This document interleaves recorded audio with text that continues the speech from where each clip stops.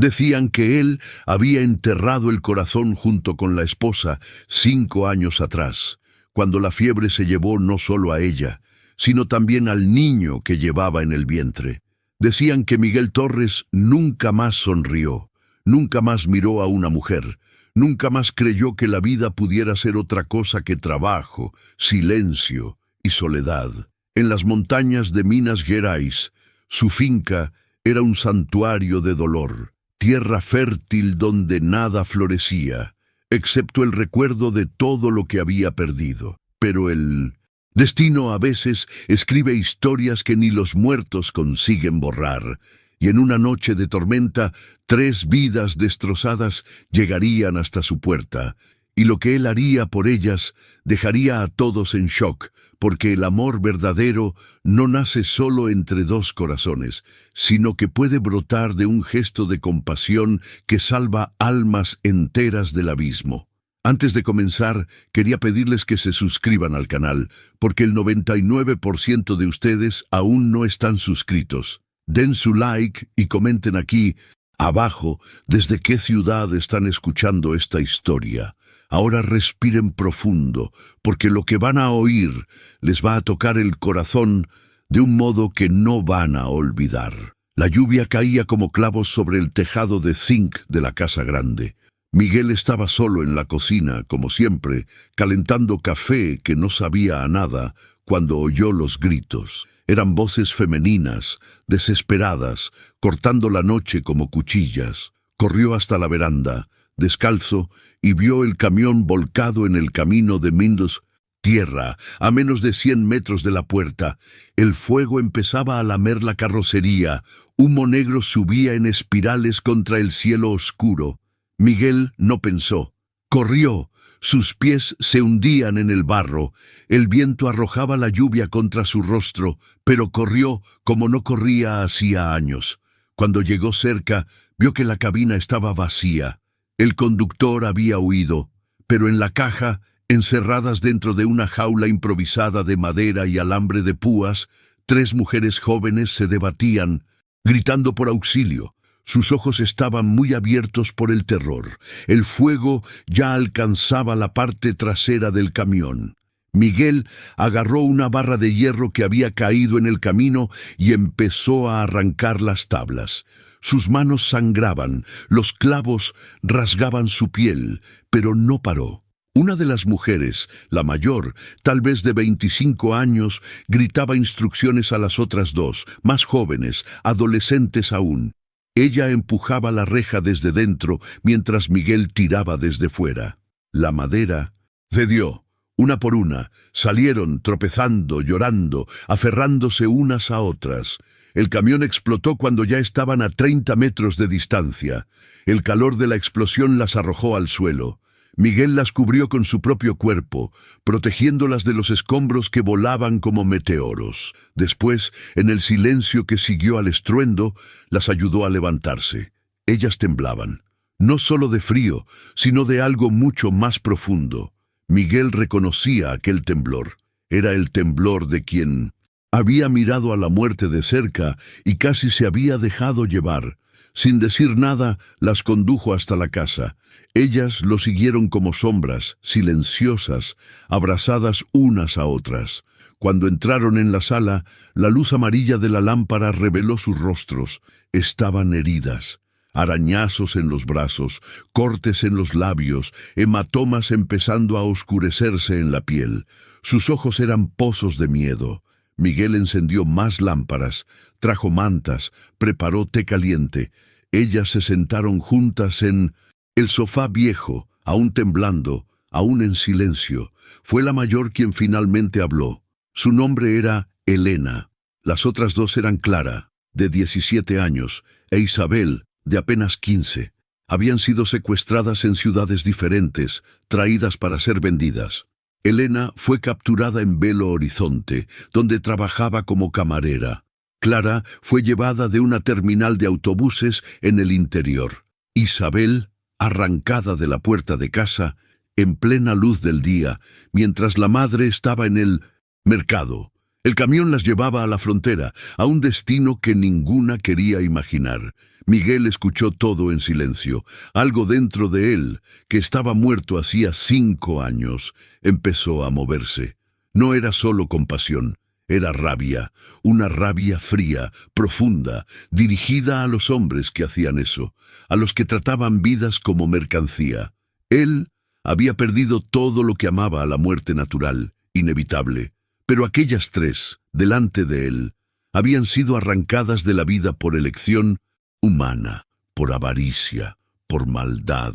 Cuando Elena terminó de hablar, las 3 esperaban. Esperaban que él llamara a la policía, que las enviara lejos, que las dejara con sus heridas y sus terrores. Pero Miguel solo dijo, con aquella voz grave que no usaba para conversar con nadie hacía años: van a quedarse aquí hasta que se sientan listas para decidir qué hacer. No hay prisa, no hay por qué tener miedo.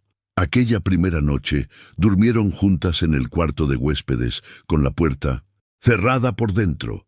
Miguel se quedó en la sala en vigilia, con su escopeta apoyada contra la pared, los ojos fijos en la ventana, esperando que los secuestradores vinieran a buscarlas.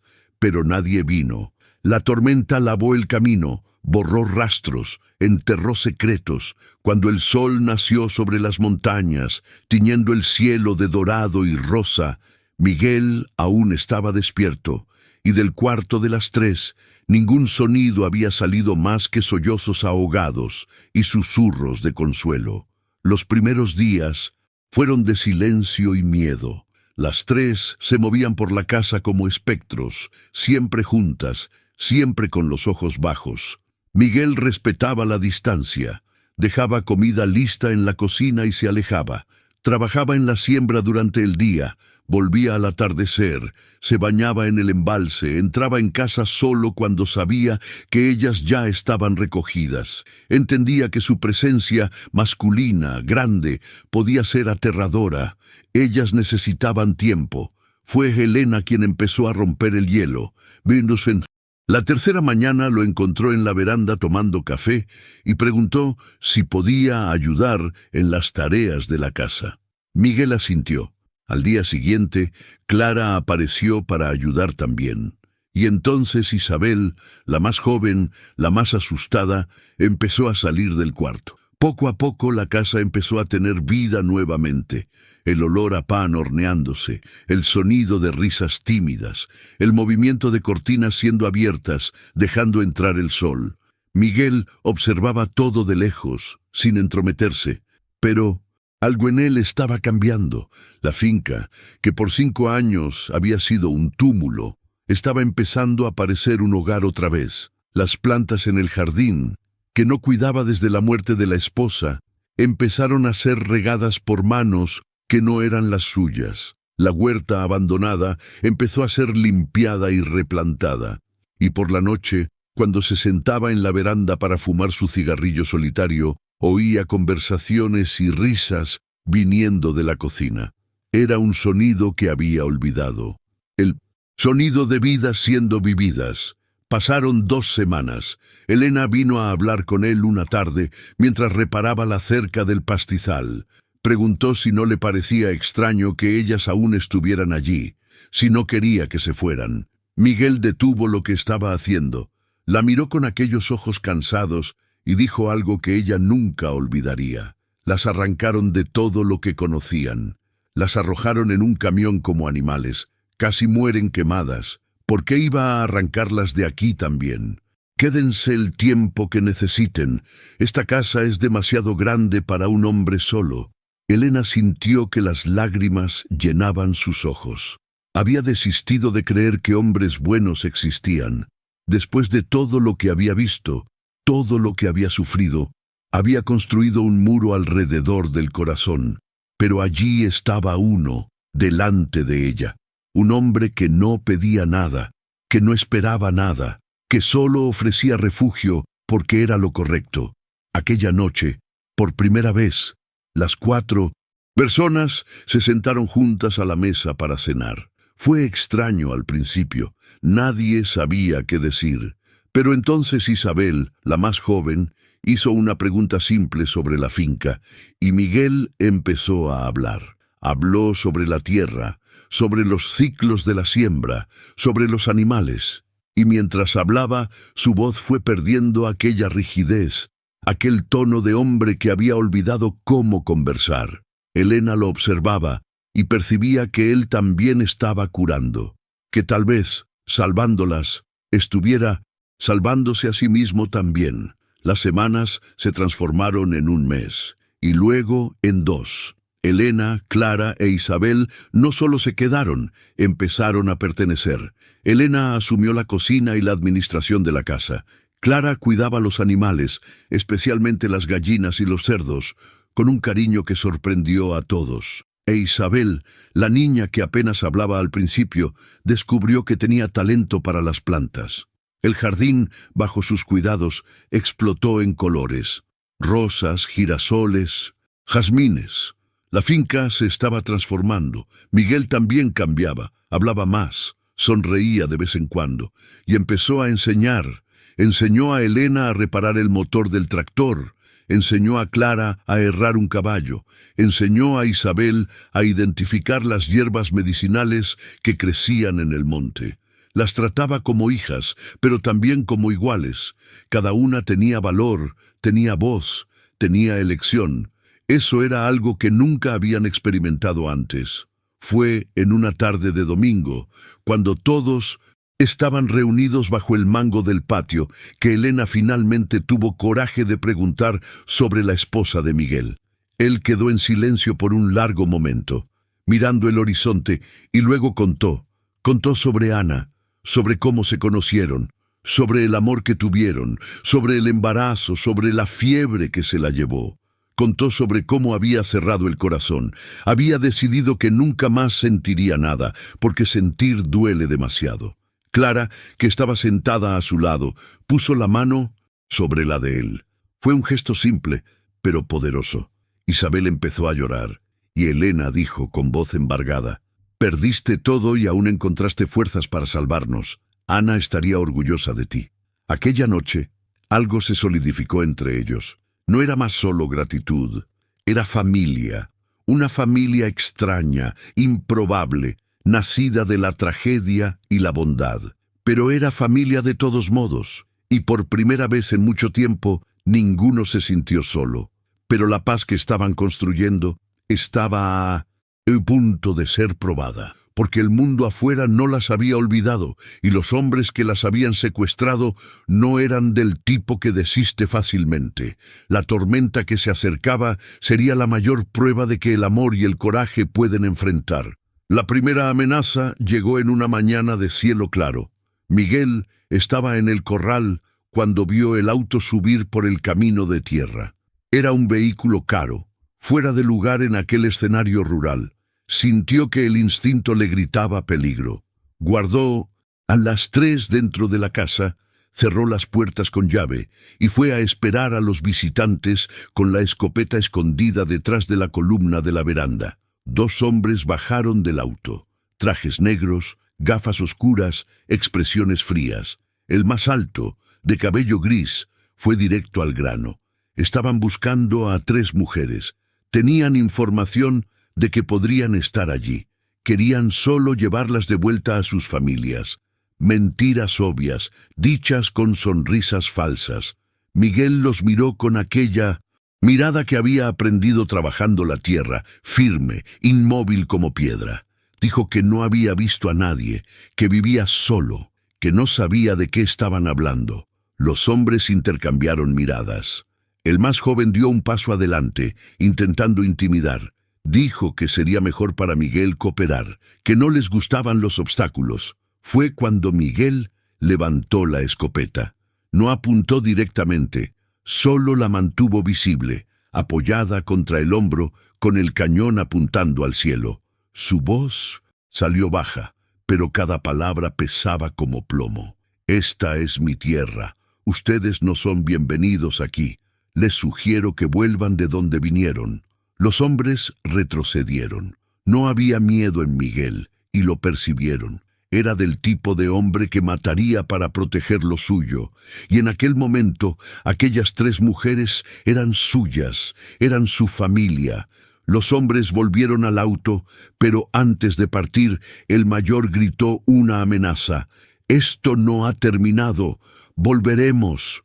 Cuando el auto desapareció en la curva del camino, Miguel entró en la casa. Elena, Clara e Isabel estaban pálidas, abrazadas en la sala. Habían oído todo. El miedo había vuelto, aquel miedo que pensaban haber dejado atrás. Pero Miguel se arrodilló delante de ellas, tomó las manos de las 3 y hizo una promesa. Mientras esté vivo, nadie va a tocarlas, nadie. Pero sabía que palabras no eran suficientes. Aquella noche, después de que las 3 se durmieran, Miguel fue a la ciudad.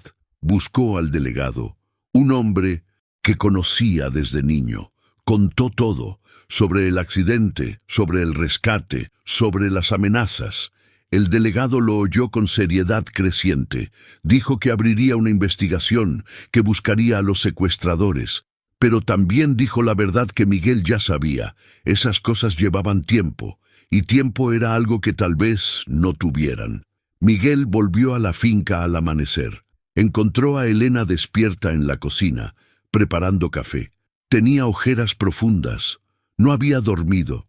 Cuando lo vio entrar, preguntó qué iban a hacer. Miguel se sentó a la mesa, cansado, y respondió: «Vamos a vivir.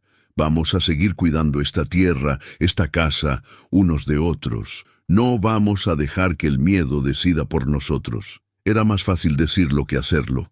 En los días siguientes, todos estaban tensos. Miguel ya no salía a trabajar lejos de la casa. Mantenía la escopeta siempre cerca. Clara empezó a tener pesadillas nuevamente. Isabel apenas salía del cuarto. Elena intentaba mantener la normalidad, pero la tensión era palpable en el aire, como electricidad antes de una tormenta. Fue Isabel quien se quebró. Una tarde se derrumbó en lágrimas en la veranda, diciendo que deberían haberla dejado morir en el camión, que estaba trayendo peligro para todos, que era mejor irse, entregarse, acabar con aquella agonía. Elena y Clara corrieron a consolarla, pero fue Miguel quien dijo las palabras correctas. Se sentó al lado de Isabel, aquella niña que era casi una niña aún, y habló con una ternura que sorprendió a todos. «¿Sabes lo que mi esposa decía? Decía que la vida no es sobre no tener miedo, es sobre tener miedo y hacer lo que necesita hacerse de todos modos. Tienes todo el derecho a tener miedo, pero también tienes todo el derecho a vivir, a ser feliz, a tener un futuro, y voy a luchar por ese derecho con todo lo que tengo». Isabel se arrojó en sus brazos, llorando.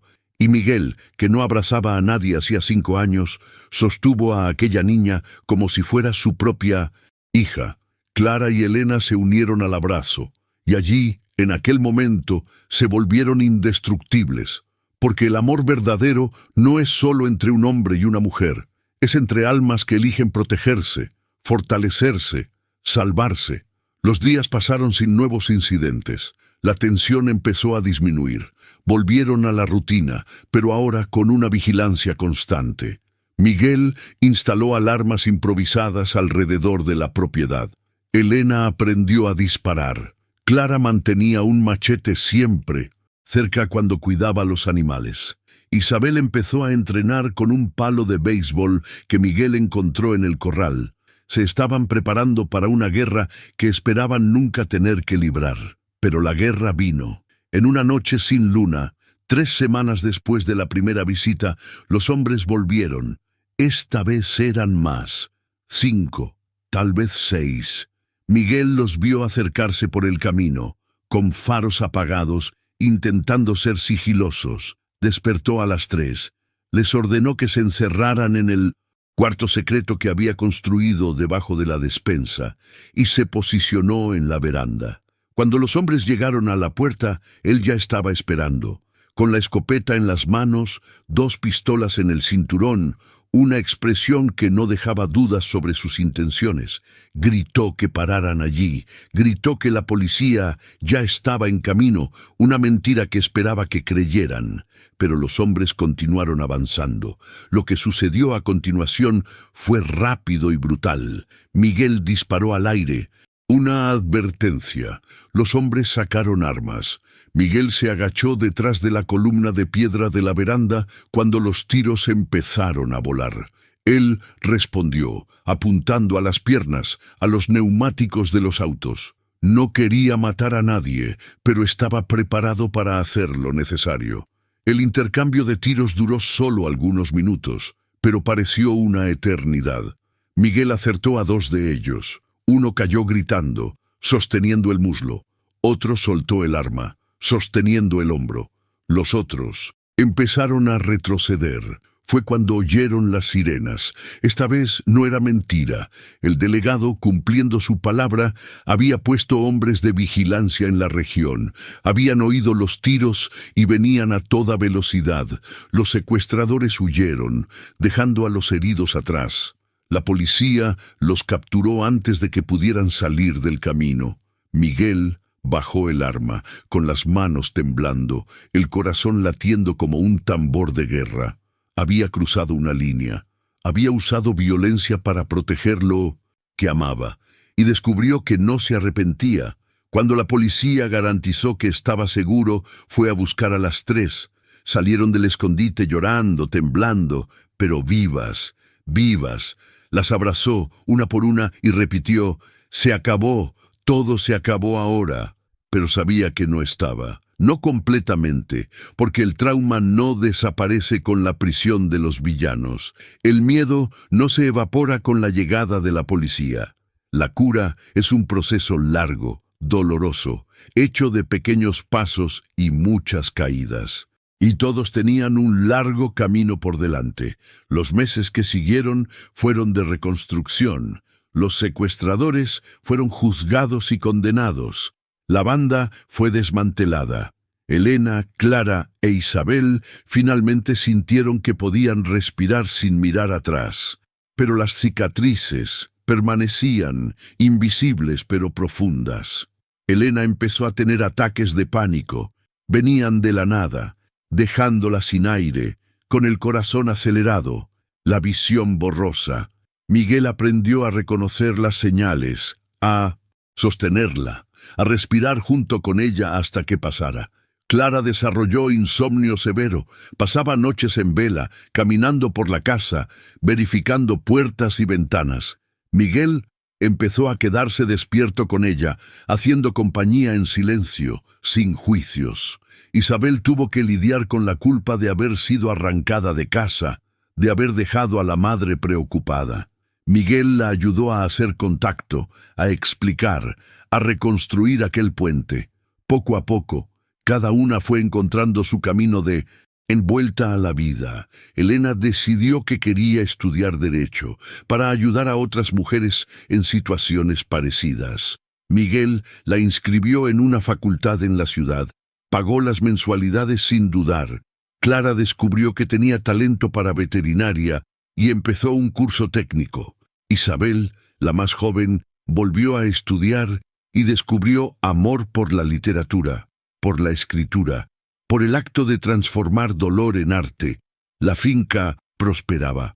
Con 4 pares de manos trabajando, la tierra daba frutos como nunca. Miguel expandió la huerta, compró más animales, reformó la casa.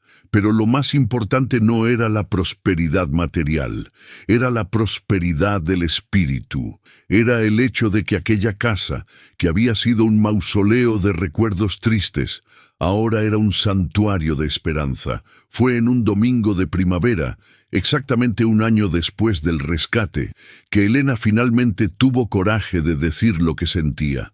Estaban todos en el jardín. Isabel acababa de plantar nuevas mudas de orquídeas, Clara había preparado un asado y Miguel estaba sentado bajo el mango, observando todo con una sonrisa pequeña pero genuina. Elena se acercó, se sentó a su lado y empezó a hablar, Dijo que él había salvado no solo las vidas de ellas, sino las almas, que había mostrado que aún existía bondad en el mundo, que les había dado algo que nadie más había conseguido, el derecho a elegir sus propios destinos. Miguel escuchó en silencio, como siempre hacía, pero cuando Elena terminó, dijo algo que la sorprendió. Ustedes me salvaron a mí también. Yo estaba muerto por dentro, solo existía, esperando el fin, pero ustedes trajeron vida de vuelta, trajeron sentido, y les agradezco por eso todos los días. Elena sintió que las lágrimas llenaban sus ojos, pero no eran lágrimas de tristeza, eran lágrimas de gratitud, de alivio, de amor. Un amor diferente, no romántico en el sentido tradicional, pero profundo y verdadero.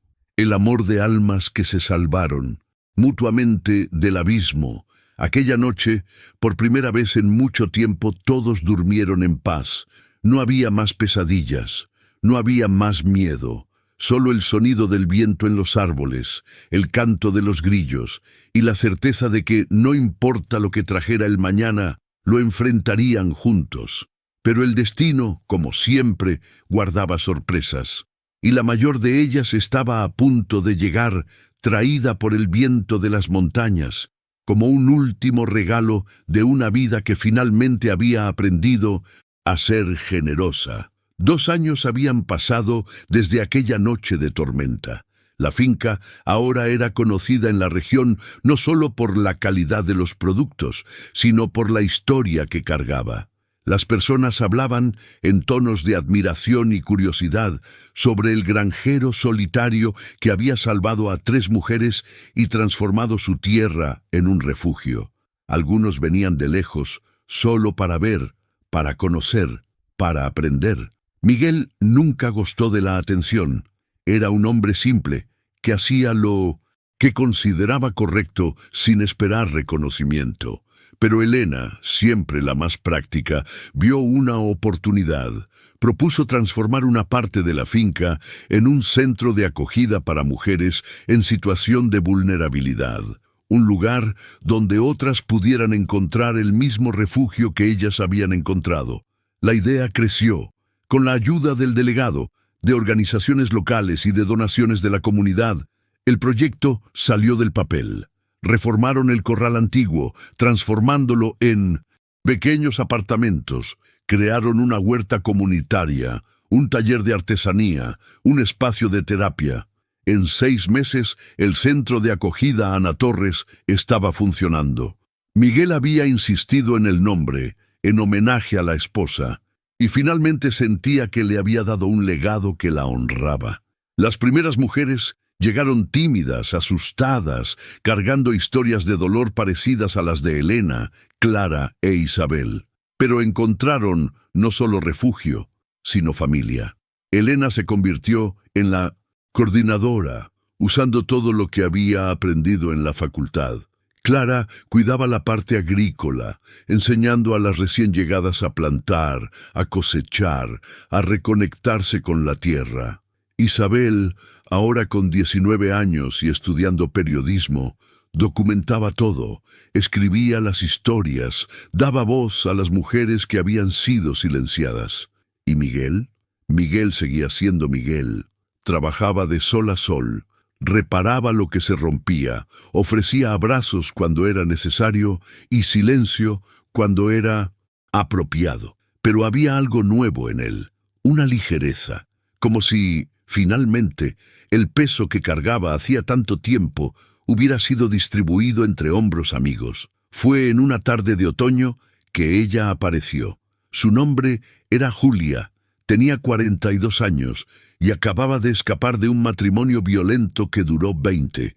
Llegó herida, demasiado delgada, con ojos que habían olvidado cómo brillar. Elena la recibió, la instaló en uno de los cuartos, la alimentó. Pero fue Miguel a quien Julia buscó en el tercer día. Lo encontró en el huerto cosechando naranjas. Preguntó si podía ayudar. Miguel asintió y le entregó una canasta. Trabajaron lado a lado en silencio por media hora antes de que ella finalmente hablara. Contó sobre el marido, sobre los años de abusos, sobre cómo había perdido a sí misma en el proceso. Contó que ya no sabía quién era, qué le gustaba, qué quería de la vida. Miguel la oyó sin interrumpir. Cuando terminó, dijo algo simple, pero profundo. Entonces, ahora es hora de descubrir, y tienes todo el tiempo del mundo para eso. Julia empezó a llorar. Eran lágrimas de liberación, y en aquel momento entendió por qué todas las otras mujeres hablaban de Miguel con tanto respeto y cariño. Él no salvaba ofreciendo soluciones listas, salvaba ofreciendo espacio, tiempo y la libertad de reconstruirse al propio ritmo. Los meses pasaron. Julia floreció. Descubrió que amaba cocinar y asumió la cocina comunitaria. Sus recetas se volvieron famosas en la región. Empezó a sonreír nuevamente, a reír, a soñar, y lentamente empezó a percibir que sentía algo por Miguel. No solo gratitud, algo más profundo. Pero tenía miedo de hablar, miedo de arruinar la paz que había encontrado, miedo de que él aún estuviera preso al fantasma de la esposa muerta. Entonces guardó sus sentimientos, transformándolos en cuidado silencioso. Preparaba sus comidas favoritas, reparaba su ropa rasgada, dejaba flores recogidas en el jardín sobre su mesa. Miguel percibía, claro, no era tonto, y algo en él, que estaba dormido hacía 7 años, empezó a despertar. No era como con Ana, nunca lo sería. Ana había sido su primer amor, su juventud, la madre del niño que nunca nació. Pero Julia era diferente. Era la posibilidad de un segundo capítulo. Era la prueba de que el corazón puede amar más de una vez, de formas diferentes, pero igualmente verdaderas. Fue Elena quien empujó a los dos a conversar. En una noche después de la cena, literalmente encerró a Miguel y Julia en la veranda, diciendo que solo podrían salir cuando hubieran resuelto aquella tensión obvia que estaba dejando a todo el mundo incómodo. Clara e Isabel rieron tanto que casi se cayeron de la silla. Solos bajo las estrellas, Miguel y Julia finalmente hablaron. Julia confesó sus sentimientos con voz temblorosa, esperando rechazo. Pero Miguel solo sonrió. Aquella sonrisa pequeña y genuina que había aprendido a dar nuevamente, y dijo, «Yo también. Pero tenía miedo de que aún no estuvieras lista». Julia rió y lloró al mismo tiempo. «Estoy lista. Por primera vez en décadas estoy lista para algo bueno». Se besaron bajo el cielo estrellado, rodeados por el canto de los grillos y el perfume de los jazmines que Isabel había plantado. Dentro de la casa, Elena, Clara e Isabel apretaban los rostros contra la ventana, celebrando como adolescentes. Aquel hombre que había salvado sus vidas, que había renunciado a su propia felicidad para garantizar la de ellas, finalmente estaba permitiéndose vivir nuevamente. La relación de Miguel y Julia creció despacio, respetuosamente, como todo lo que se construía en aquella finca. No tenían prisa. Sabían que el amor verdadero no necesita correr, solo necesita ser verdadero. Caminaban juntos al amanecer, conversaban por horas sobre todo y nada. Aprendían uno del otro lo que significaba confiar nuevamente. Las 3 mujeres que Miguel había salvado primero se convirtieron en las mayores hinchas de la relación. Elena planeaba cenas románticas y forzaba a los dos a tener tiempo a solas. Clara siempre arreglaba excusas para que Julia necesitara la ayuda de Miguel en algo. Isabel escribía poemas sobre segundas oportunidades y los dejaba estratégicamente donde Miguel pudiera encontrarlos. Querían ver a aquel hombre, que había dado todo por ellas, finalmente recibir algo de vuelta. Y no eran solo ellas. El centro de acogida ahora albergaba a 12 mujeres, cada una en diferentes etapas de cura. Todas veían en Miguel y Julia la prueba de que era posible recomenzar, de que no importaba cuántas veces hubieras caído, siempre podías levantarte nuevamente, que el pasado no definía el futuro, que el amor, cuando verdadero, siempre encuentra un camino. 6 meses después, en una mañana de sábado, Miguel despertó con una certeza. Sabía lo que necesitaba hacer. Fue hasta el baúl que guardaba las cosas de Ana, algo que no abría hacía años. Allí dentro, cuidadosamente preservadas, estaban sus ropas, sus fotos, sus cartas, y en una cajita de terciopelo azul, el anillo de compromiso que le había dado 20 años atrás. Sostuvo el anillo en la palma de la mano, sintiendo el peso del recuerdo. Y entonces, por primera vez desde que Ana muriera, habló con ella en voz alta. Dijo que la amaría para siempre, que siempre tendría un lugar en su corazón. Pero dijo también que había encontrado a alguien que lo hacía querer vivir nuevamente. Alguien que merecía un nuevo comienzo, y que esperaba que ella entendiera allá donde estuviera. El viento sopló por la ventana en aquel momento, suave y cálido. Miguel eligió creer que era la respuesta de ella. Aquella noche, llevó a Julia hasta la cima de la colina, desde donde se veía toda la finca iluminada por las luces amarillas de las casas. Desde allí, podían ver el centro de acogida, las mujeres conversando en la veranda, los niños corriendo por el jardín, toda aquella vida que había brotado de un único acto de bondad. Miguel se arrodilló delante de Julia, sostuvo sus manos y habló con el corazón abierto. Dijo que ella había traído luz de vuelta a su vida, que le había enseñado que nunca es tarde para recomenzar, que quería pasar el resto de sus días a su lado, construyendo una vida que honrara tanto el pasado como el futuro. Y entonces pidió, ¿te casas conmigo? Julia no pudo hablar. Las lágrimas corrían en torrentes. Había pensado que su vida había terminado cuando dejó al marido violento. Había pensado que nunca más sería amada, nunca más sería feliz. Pero allí estaba, en la cima de una montaña, siendo pedida en matrimonio por un hombre que sabía lo que era el dolor y aún elegía el amor. Dijo sí entre sollozos. Sí, sí, 1000 veces sí. Cuando bajaron la colina de manos dadas, Elena, Clara e Isabel ya estaban esperando con champán robado de la bodega y gritos de celebración. Las otras mujeres del centro se unieron a la fiesta, improvisada. Había música, baile, risas. Había alegría pura y simple, del tipo que solo existe cuando personas que conocieron el fondo del pozo finalmente tocan el cielo. El casamiento ocurrió 3 meses después, en una ceremonia simple en la propia finca. Julia llevó un vestido blanco hecho por una de las mujeres del centro que había descubierto talento para la costura. Las flores fueron arregladas por Isabel, un jardín entero transformado en decoración. Clara preparó un banquete que alimentó a más de 100 personas.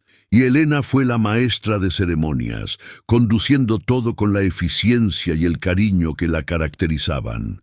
Pero el momento más emocionante no fue el intercambio de votos. Fue cuando Miguel, al final de la ceremonia, pidió que Elena, Clara e Isabel se acercaran. Tenía algo que decir y quería que ellas oyeran primero. Con voz embargada, habló sobre la noche de la tormenta, 7 años atrás. Sobre cómo estaba esperando morir solo, sin propósito, sin alegría. Sobre cómo 3 vidas destrozadas habían llegado hasta su puerta y transformado todo. Sobre cómo ellas no eran solo las mujeres que había salvado, sino las hijas que nunca tuvo la chance de criar. Y que, si había algo que quería que todos supieran, era eso.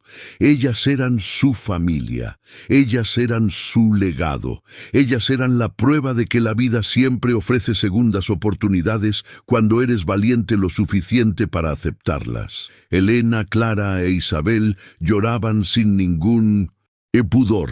Y cuando Miguel las abrazó, los 3 abrazos se transformaron en uno solo, y Julia se unió a ellos. Y entonces todas las mujeres del centro se unieron también, hasta que había un círculo enorme de mujeres abrazando a aquel hombre que había elegido ser bondad, en un mundo que muchas veces era cruel. Los años siguientes fueron de crecimiento y prosperidad. El centro de acogida Ana Torres se convirtió en referencia nacional. Mujeres venían de todo Brasil buscando refugio, cura, reencuentro, y todas encontraban no solo eso, sino familia, una red de apoyo que se extendía mucho más allá de los límites de la finca. Elena se graduó en Derecho y abrió un despacho pro bono, defendiendo mujeres en situaciones de violencia doméstica. Clara se convirtió en veterinaria y abrió una clínica en la ciudad, donde atendía gratis a los animales de las familias más pobres. Isabel publicó su primer libro, una colección de historias reales de mujeres que habían recomenzado, que se convirtió en bestseller e inspiró a miles de personas por el país. Y Miguel y Julia vivieron, simplemente vivieron. Cuidaron la finca, recibieron mujeres que necesitaban ayuda, criaron cabras y gallinas, plantaron árboles que darían frutos décadas después. Miguel enseñó a Julia a montar a caballo. Julia enseñó a Miguel a bailar. Peleaban por tonterías, como qué condimento usar en los frijoles. Hacían las paces con besos largos en la veranda. Envejecían juntos, día a día, con la sabiduría de quien sabía que cada momento juntos era un regalo. En una mañana de invierno, 10 años después de aquella noche de tormenta, Miguel despertó con el sol entrando por la ventana y Julia durmiendo a su lado. La observó por un largo momento. Aquella mujer que había transformado sus últimos años en los mejores de su vida. Y entonces miró por la ventana, hacia la finca que ahora era mucho más que tierra y casa. Era un santuario, era esperanza viva. Pensó en Ana, como siempre, hacía en aquellos momentos. Y por primera vez no sintió dolor, sintió gratitud. Gratitud por haber amado y sido amado, gratitud por haber tenido la chance de amar nuevamente, gratitud por haber salvado 3 vidas que acabaron salvando la suya también. Julia despertó y lo encontró sonriendo. ¿En qué estás pensando?, preguntó ella, somnolienta. Miguel la atrajo más cerca, besó su frente y respondió: estoy pensando que valió la pena. Cada momento difícil, cada noche sin dormir, cada miedo, cada lágrima, todo valió la pena para llegar aquí. Y valió la pena, porque allí, en aquel pedazo de tierra que un día fue solo un lugar de dolor y memorias, ahora florecía vida, florecía esperanza, florecía amor en todas sus formas, el amor de un hombre por su esposa muerta, preservado y honrado, el amor de un hombre por su nueva esposa, construido sobre respeto y compañerismo, el amor de un padre por sus hijas, aunque no ligadas por sangre, el amor de una comunidad por sus miembros más vulnerables, el amor de la humanidad por sí misma, cuando elige ser mejor. Miguel Torres había salvado a 3 mujeres en una noche de tormenta. Pero lo que realmente hizo fue mostrar que la salvación es posible, que no importa cuán lejos caigas, siempre hay alguien dispuesto a extender la mano, que no importa cuán oscuro sea el túnel, siempre hay luz al final, que no importa cuán destrozado esté tu corazón, siempre hay posibilidad de amar nuevamente. Y esa lección se esparció. Tocó vidas que nunca pisaron la finca, inspiró personas que nunca conocieron a Miguel. Porque historias así, historias de bondad verdadera, viajan, atraviesan montañas, cruzan océanos, superan generaciones, se convierten en leyendas, se convierten en esperanza. Cuando Miguel finalmente cerró los ojos por última vez, a los 83 años, con Julia sosteniendo una de sus manos y Elena, Clara e Isabel sosteniendo la otra, no tenía arrepentimientos. Su vida había sido lo bastante larga, había sido lo bastante plena, había significado algo, y mientras su último suspiro dejaba sus labios, la última cosa que vio fueron las 3 mujeres que había salvado. Ahora mujeres maduras, fuertes, realizadas, mirándolo con tanto amor que iluminaba todo el cuarto. Gracias, susurró Elena, por todo. Tú nos enseñaste a vivir, dijo Clara, con voz quebrada. Y a amar, completó Isabel, con lágrimas corriendo libremente. Miguel sonrió, y entonces partió, en paz, sabiendo que dejaba el mundo mejor de lo que lo encontró. El funeral fue simple, como él habría querido, pero asistieron cientos de personas, mujeres que había ayudado, familias que había salvado, personas que había tocado sin ni saberlo. Y todas tenían historias, historias de cómo aquel hombre simple, aquel granjero de las montañas, había cambiado sus vidas con un único acto de bondad. Julia vivió 8 años más, años buenos, rodeada por Elena, Clara, Isabel y sus familias. Nunca dejó la finca. Continuó recibiendo mujeres, continuó ofreciendo refugio, continuó siendo la prueba viva de que segundos comienzos existen. Y cuando finalmente se reunió con Miguel, había paz en su rostro. La paz de quien vivió bien, de quien amó bien, de quien hizo diferencia. El centro de acogida continúa hasta hoy, administrado por Elena, Clara e Isabel, y ahora también por los hijos de ellas. La Fundación Miguel y Ana Torres es una de las mayores del país, ayudando a miles de mujeres todos los años. Y en la entrada de la finca hay una placa simple, con palabras simples, pero que cargan un significado profundo. Aquí nadie es abandonado. Aquí todos tienen valor. Aquí el amor siempre vence. Y debajo, en letras menores, en memoria de Miguel Torres, que salvó 3 vidas en una noche de tormenta y sin saberlo, salvó miles de otras en los años que siguieron. La historia de Miguel Torres es una historia sobre salvación, pero no la salvación religiosa del tipo que se proclama desde los púlpitos. Es la salvación humana, la salvación que ocurre cuando un ser humano decide ver a otro ser humano como digno de amor, de respeto, de cuidado. La salvación que ocurre cuando elegimos la bondad sobre la indiferencia, la compasión sobre el juicio, el amor sobre el miedo. Todos tenemos la capacidad de salvar. No necesitamos dinero, tierras, recursos infinitos. Necesitamos solo coraje. Coraje para actuar cuando vemos a alguien en necesidad. Coraje para abrir nuestras casas, nuestros corazones, nuestras vidas. Coraje para creer que una persona puede hacer diferencia. Miguel Torres hizo diferencia. Elena, Clara e Isabel hicieron diferencia. Julia hizo diferencia. Y todas las mujeres que pasaron por el centro continúan haciendo diferencia. Y tú, que oíste esta historia, tú también puedes hacer diferencia. Puedes ser la persona que extiende la mano, que ofrece refugio, que elige la bondad. Porque al final, eso es lo que importa. No cuánto dinero acumulaste, no cuántos premios ganaste, no cuán famoso te volviste. Lo que importa es cuántas vidas tocaste, cuántas personas ayudaste, cuánto amor esparciste por el mundo. Miguel Torres era solo un granjero, pero salvó a 3 mujeres en una noche de tormenta. Y esas 3 mujeres salvaron a otras, y esas otras salvaron a otras aún. Y el ciclo continúa, infinito, eterno, imparable. Esa es la verdadera inmortalidad.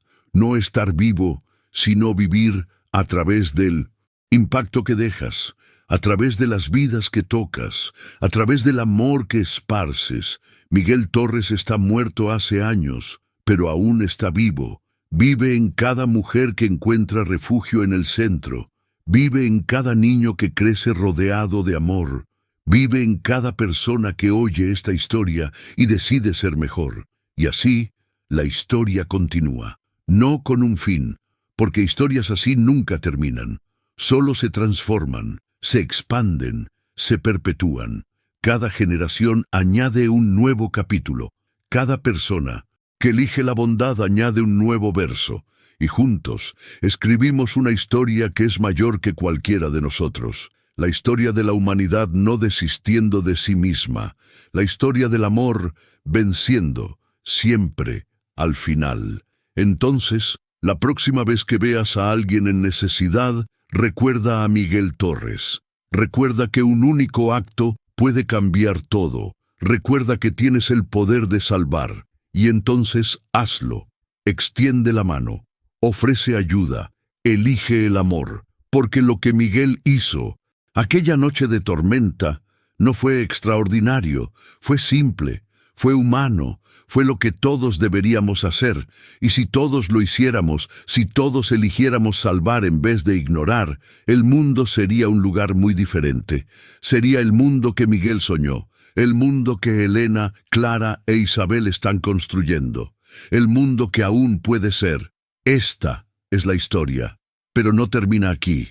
Continúa contigo, con la elección que haces mañana cuando encuentres a alguien necesitando, con el amor que eliges dar, incluso cuando es difícil, con la bondad que eliges ser, incluso cuando el mundo es cruel. Miguel Torres salvó 3 vidas en una noche de tormenta, y al salvarlas probó que lo imposible es posible, que el amor vence, que la bondad importa, que cada vida tiene valor inconmensurable, y esa verdad simple y profunda, resonará a través de los siglos. Mientras haya personas dispuestas a extender la mano, mientras haya corazones dispuestos a amar, mientras haya almas dispuestas a salvar, la historia de Miguel Torres permanecerá viva. No como una historia del pasado, sino como un faro para el futuro, un recordatorio de que todos podemos ser héroes, no con capas y superpoderes, sino con bondad, coraje y amor. Y así la historia termina, pero el impacto continúa, para siempre.